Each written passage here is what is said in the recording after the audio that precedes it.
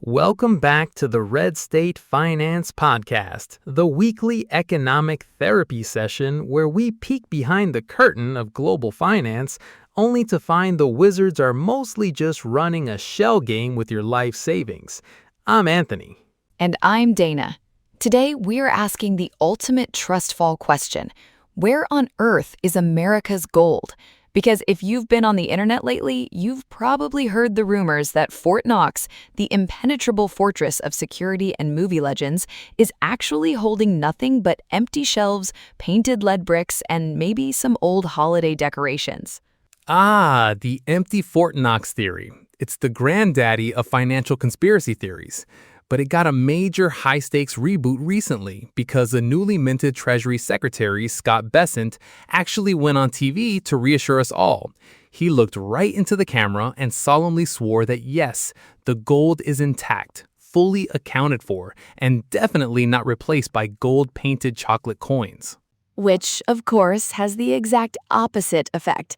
Nothing makes people panic quite like a government official holding an unscheduled press conference to say, everything is fine, please do not look at the gold vault. Exactly. It's like your spouse coming home and saying, I just want you to know the joint savings account is completely intact and I definitely didn't spend it on a jet ski.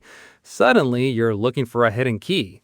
Today, we are diving into the rumors, the creative accounting being cooked up by Washington, and why countries like India and China are quietly dumping our paper debt to hoard the real deal. Dana, start us off. Why is the Treasury suddenly so eager to talk about a vault they haven't properly audited in decades? Well, Anthony, it's not because they want to show off their shiny metal. It's because we have a 39 trillion and counting debt problem, and the math is starting to break. It's breaking. People are looking at our books and asking, how do we pay for this?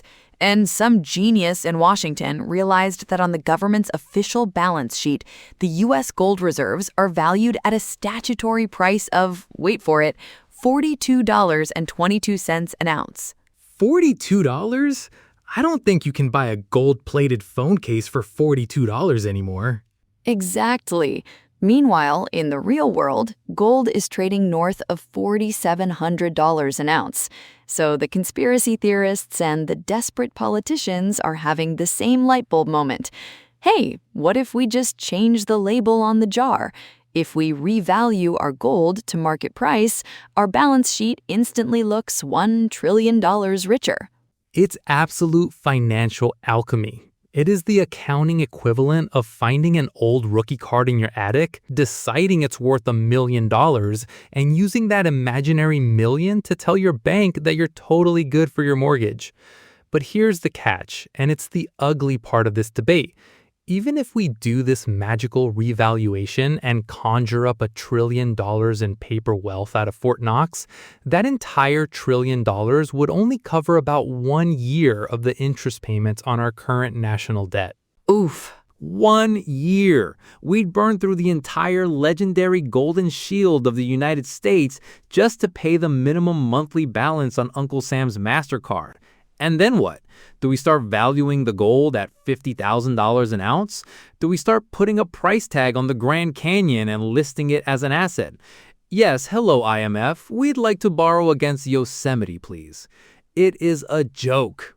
But let's talk about why people are suspicious about the gold actually being there in the first place. The last time the U.S. government let a truly independent, comprehensive public audit happen at Fort Knox was during the Eisenhower administration, literally when TV was still black and white. Right, a long time ago. Since then, it's been a series of trust us, we checked, it's yellow reports. And now we have Trump himself reportedly saying he wants to personally go down there and audit the vault to verify the amount of gold. I would pay physical gold coins to watch a live stream of Trump in Fort Knox biting a bar of gold to see if it's real, while a nervous Treasury auditor sweats through his suit. But honestly, can you blame people for being skeptical? When the government behaves like a cash-strapped college student trying to pay off one credit card with another, you start to wonder if they sold the family silver when you weren't looking. The rumor is that the US has leased out its gold or sold it off quietly to suppress the price and keep the dollar looking strong, leaving Fort Knox as nothing but a giant, heavily guarded tourist trap with no tourists. Okay, let's play devil's advocate here. Even if the gold is all there, and let's assume Scott Bessent isn't outright lying to avoid a global bank run, the mere fact that we are publicly debating revaluing it to bail ourselves out of a debt hole is a massive red flag to the rest of the world. It's a confession of weakness. It's a huge red flag. And the rest of the world is reacting exactly how you'd expect. Look at what India and China are doing right now. They aren't waiting around to see how this magic trick ends. They are actively dumping U.S. treasuries, our paper debt, and buying physical gold at a record-breaking pace. Oh, it's a total mass exodus. For decades, the global financial system ran on a simple deal.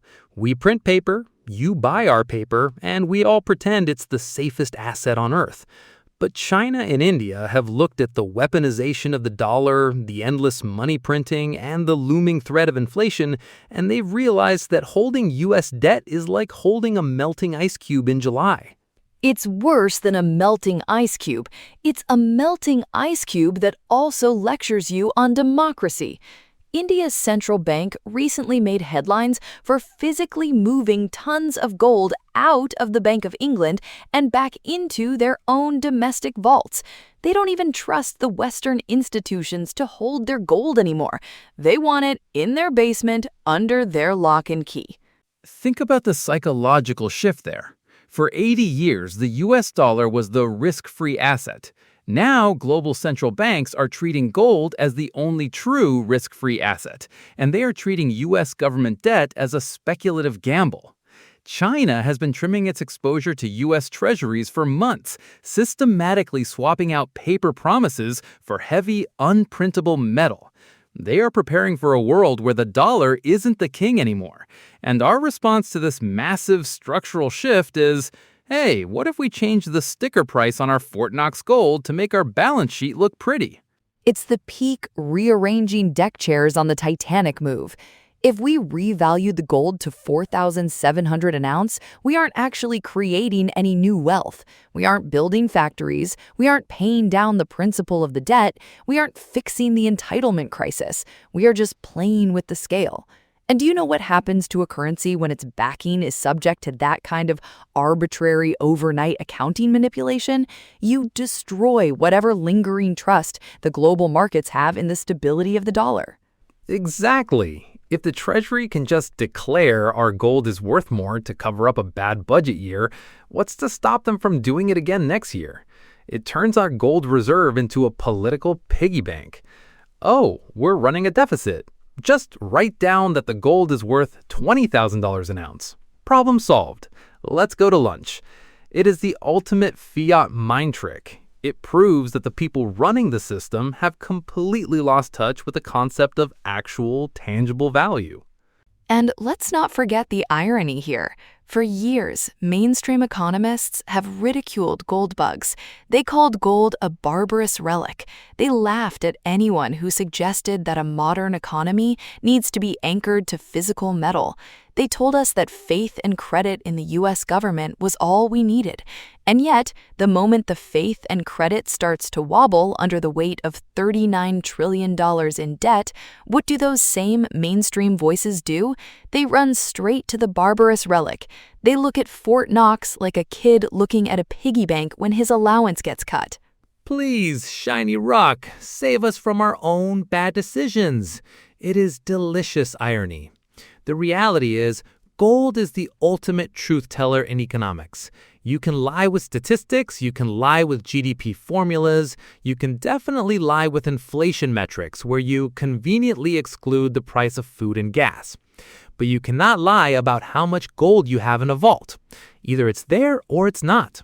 And if Bessent and Trump actually do a physical audit, they are opening a Pandora's box. If they find out the gold is all there, great, but we still can't pay our bills. And if they find out even a fraction of it is missing or leased out, the global financial system collapses by dinner time. Well, if they do audit it, I hope they bring a camera crew. Because at this point, the national debt is basically a reality show anyway. We might as well get some entertainment out of the grand finale. I'm telling you, a Fort Knox unboxing video would break the internet. Hey guys, smash that like button. Today we're seeing if the US government actually has $1 trillion or if we're all going back to bartering with chicken eggs. Honestly, given the price of groceries right now, chicken eggs might be a more stable currency anyway. You're not wrong, but that is all the time we have for today's trip down the golden rabbit hole. If you want to keep tracking the slow motion collapse of paper currency with us, make sure to hit that subscribe button, give us a 5-star review, and tell us in the comments if you think Fort Knox is full of gold or just empty Amazon boxes. Keep your physical assets close. Keep your paper debt low. And remember, if the government tells you your money is safe, it's probably time to go buy some canned goods. See you next week.